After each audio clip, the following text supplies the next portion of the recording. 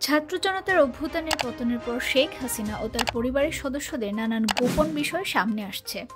শেখ হাসিনার ভাগ্নি টিউলিপ সিদ্দিকের পর এবার রোশানলে পড়েছেন সজীব ওয়াজেদ জয়।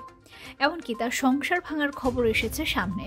তিনি নিজেই জানিয়েছেন, ক্রিস্টিন এবং আমি আর একসঙ্গে নেই, আমরা প্রায় ৩ বছর আগে আলাদা হয়েছি। সোমবার রাতে নিজের ভেরিফাইড ফেসবুক পেজের এক পোস্টে একথা জানান দেশের সাবেক প্রধানমন্ত্রী শেখ হাসিনার ছেলে ও সাবেক তথ্য ও যোগাযোগ প্রযুক্তি বিষয়ক উপদেষ্টা সজীব ওয়াজেদ জয়। সম্প্রতি তার বিরুদ্ধে যুক্তরাষ্ট্রের ফেডারেল ব্যুরো অফ ইনভেস্টিগেশন এর একটি রিপোর্ট ফাঁস করা হয়। জয়ের দাবি, রিপোর্টটি ভুল ও বিভ্রান্তিকর তথ্য দিয়ে ভরা।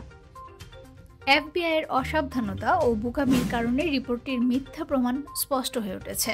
রিপোর্টে কয়েকটি গুরুতর ভুল রয়েছে বলেও জানান জয়।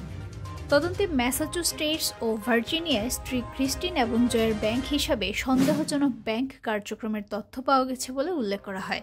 সে তথ্যের ভুল ধরাতে গিয়ে জয় জানান, ক্রিস্টিন এবং আমি আর একসঙ্গে নেই, আমরা প্রায় ৩ বছর আগে আলাদা হয়ে গেছি।